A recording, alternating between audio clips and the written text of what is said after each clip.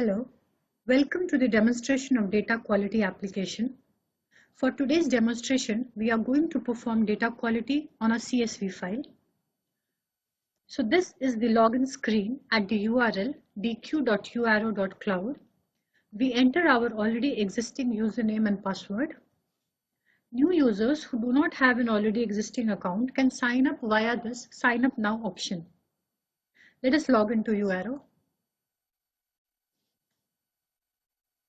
So this is the home screen of the data quality application. To begin defining the data quality, we first import our dataset. So we click on the connections option. We come to the user file upload option and click on the green button, the green plus button. We click on the upload option here. Then select our dataset file name. Click open. And then we see that a preview of the dataset is shown here. For each column, we can go ahead and define the data type. So for example, for L order key, we are going to select the number data type. Similarly, for L part key, L supply key, L line number, L quantity is going to be float, L extended price is float, L discount is float, L tax is float. Return flag and line status we will leave as it is in text data type. Now for L ship date, we are going to select date as the data type. Once we have selected date, we are going to click on the date format and we are going to enter the date format. Click on save.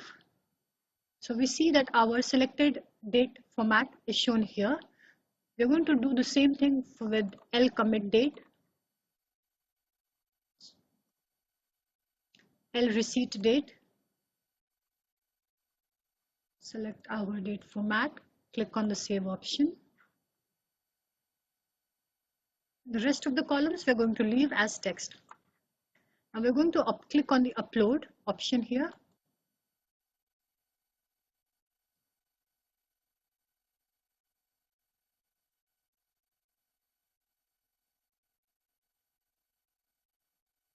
So we see that the successful file uploaded successfully information is given to us to show that the data file has been loaded successfully.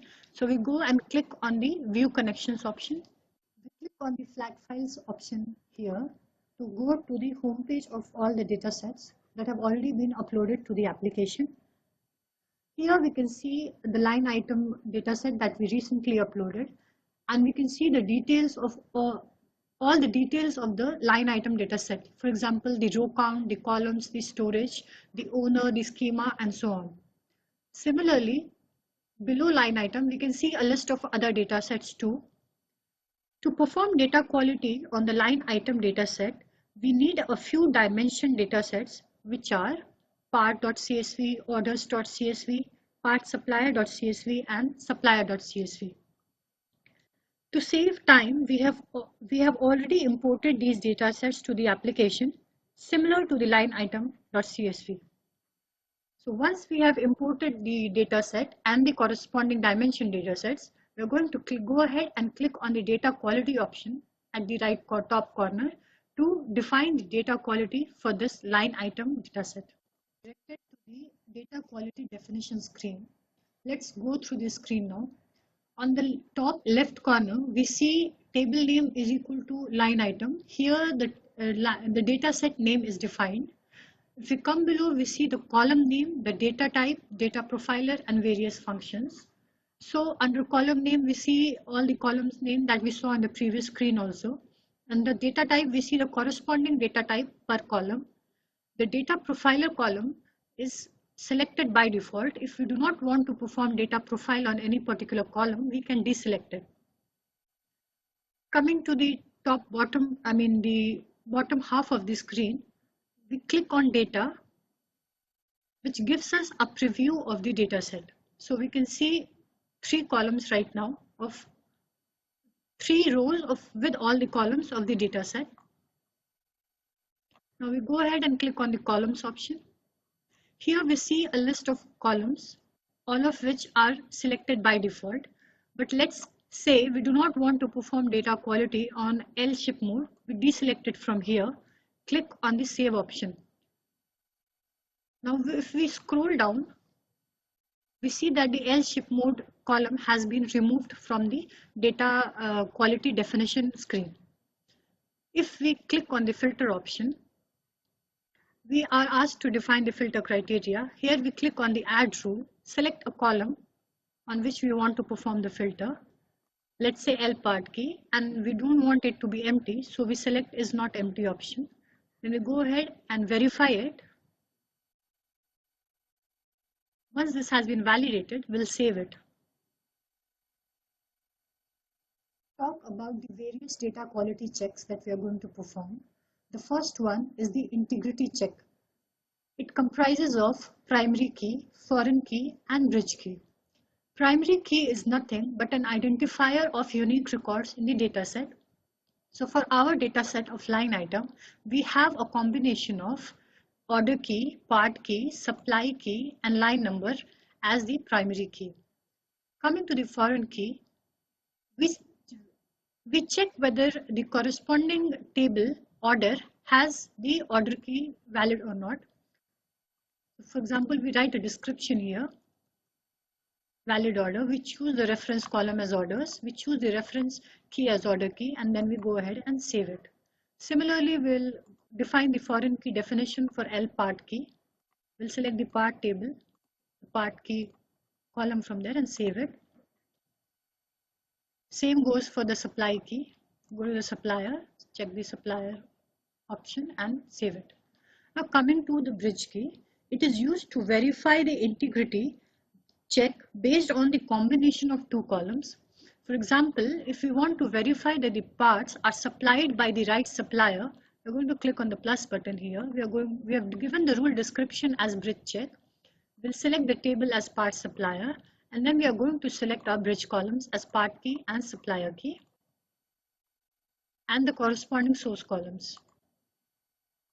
And we go ahead and save this.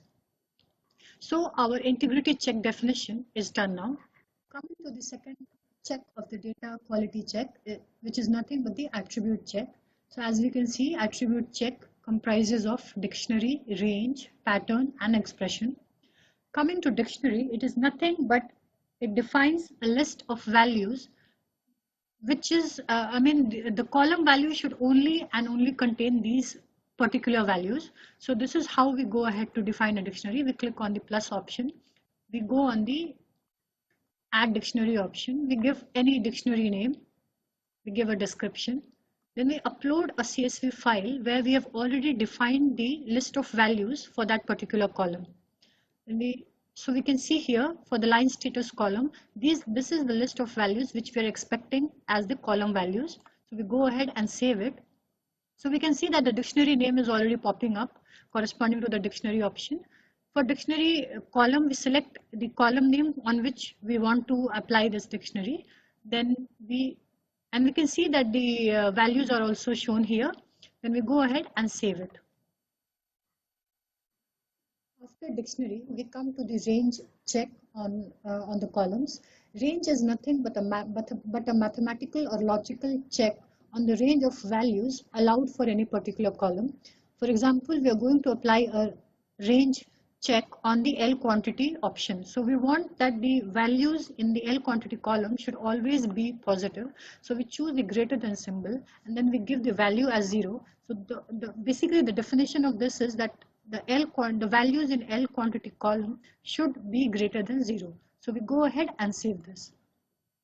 Coming to the pattern check, which is nothing but a regular expression that we would like to apply on the values of a particular column.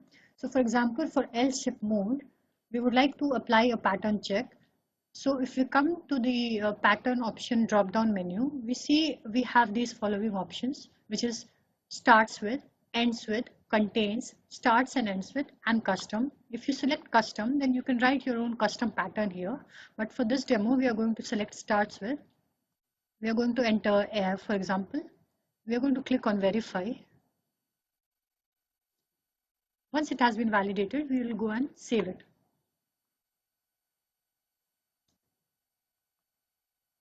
the expression option.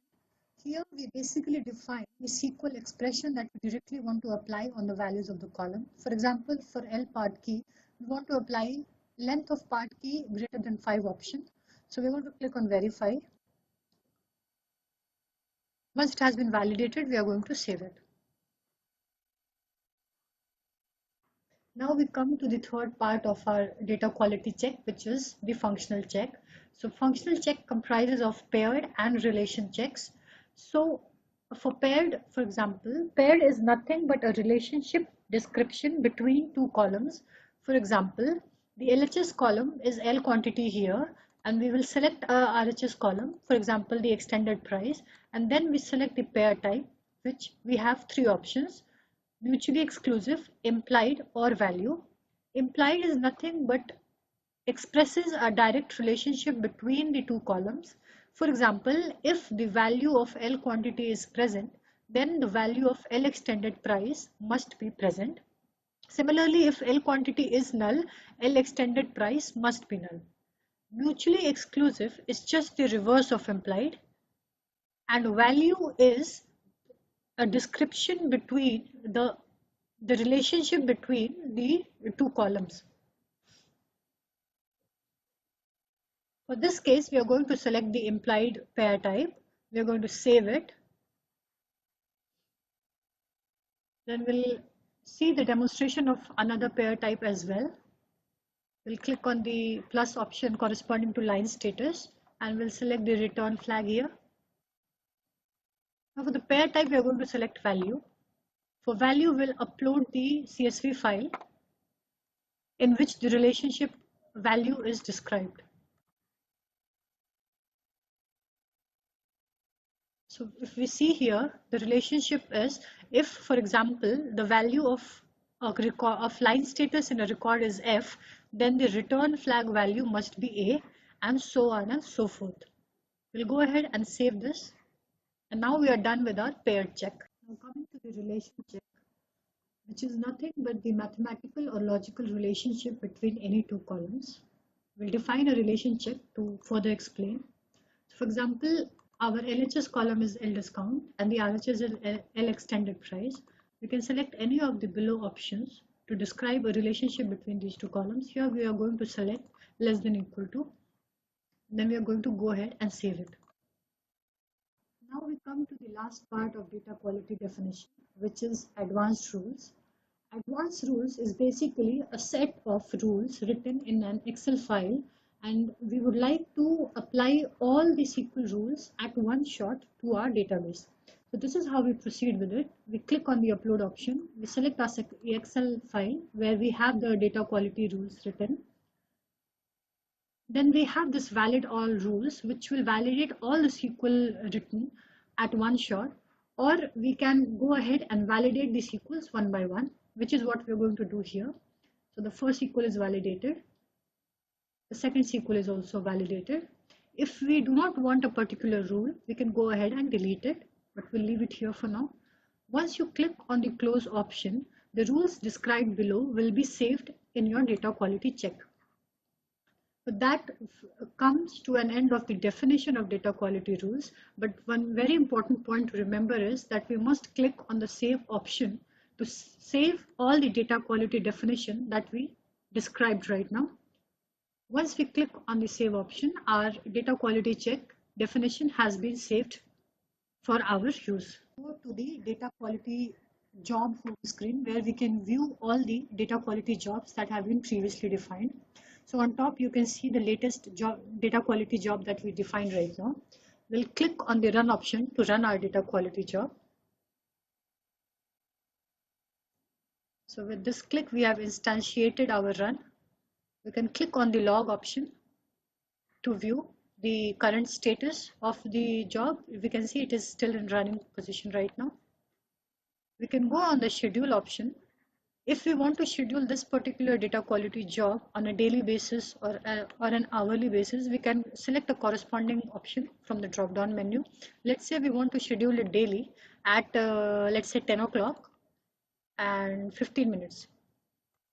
So once we click on apply, what this will mean is that this particular data quality job will run every day at 10:15 a.m. GMT. We go ahead and click on apply and schedule our job. Now we see that our job has been successful. We click on the report option to see the data quality report. As we can see, we get a brief summary of all the data quality descriptions that we gave. So coming to the data profile summary, we see that the score is 95%. And we can see the total number of rows, the total columns, the storage, the duplicated rows, the missing cells, which are both 0, and the missing and duplicated in percentage. Similarly, if we come below, we can see the columns, their data types, and their values, their missing values, their distinct values, and their unique values, rating, as well as the chart. And this is present for all the columns for the line item dataset.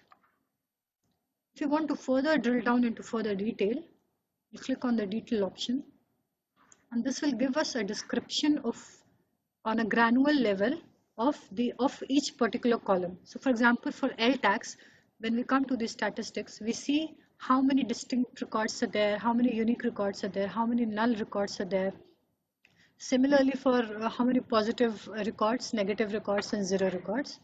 We come down to the statistics and we see the maximum, the quartile, the median, and so forth. We see the box plot as well as the distribution. If we click on the sample value, we can see the corresponding sample values for L tax column, maximum values, minimum values, and frequent values. And similarly, as L tax, we have the description for each and every column in the line item dataset. After profile summary, we now come to the attribute check.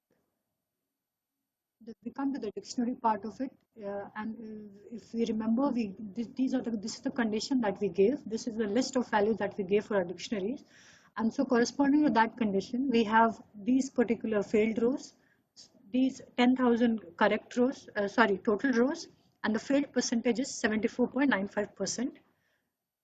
The failure condition, like why our data quality failed, is also mentioned in the right hand side. If you see, the N and R values are not present in our dictionary, and therefore they have failed. The total number of records with N value are 5,033, and similarly for R there are 2,462. This data quality issue, we can click on the action option there. You can see that most of the data is populated by default. If there is anything that we want to change, we can change it.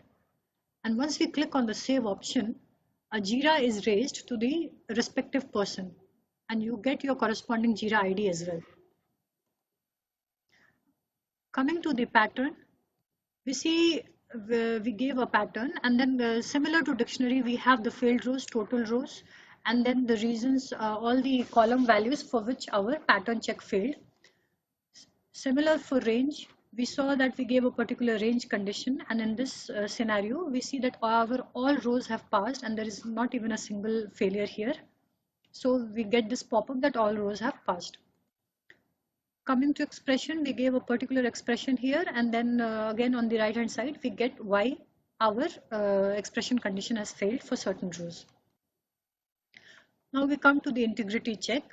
Here we have primary key, reference key, bridge key, with a very descriptive analysis of what has happened and why the records have failed.